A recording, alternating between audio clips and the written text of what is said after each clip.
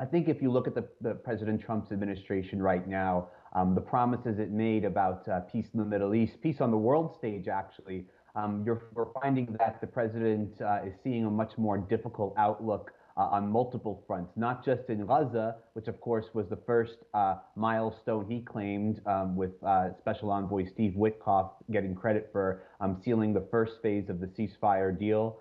That, of course, has since fallen apart with the resumption of the war, but also on the Russia-Ukraine front and now with the Iranian diplomatic front. So what we've seen is President Trump not really addressing much about the conflict in Gaza, or at least as not as much as he used to, in terms of clear positions, what he would like to see from the two parties.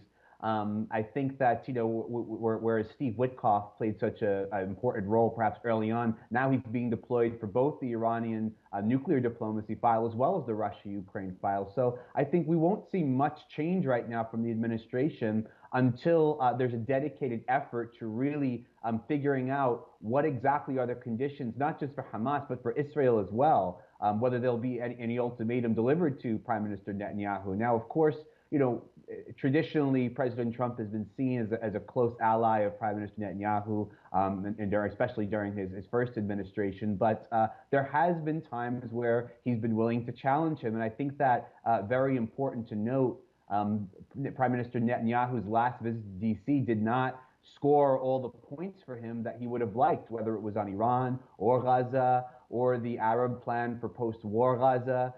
Right now, I think that Prime Minister Netanyahu is still betting on the fact that Trump right now has basically relied on his initial plan, which of course has to do with the resettlement of the Palestinians, the residents of Gaza, somewhere else. This is something that President Trump has repeated, but he started to say that this is something that would not be forced but voluntary. So that even he's starting to seem to figure out that this is going to be more difficult than he thought. But I think that when it comes to the negotiations themselves, that this is part of the reason why we haven't seen much movement. There's been whispers now during the ceasefire, after the ceasefire, about potentially a new deal, a limited deal, without any real movement, because there doesn't seem to be a real will to want to change the situation.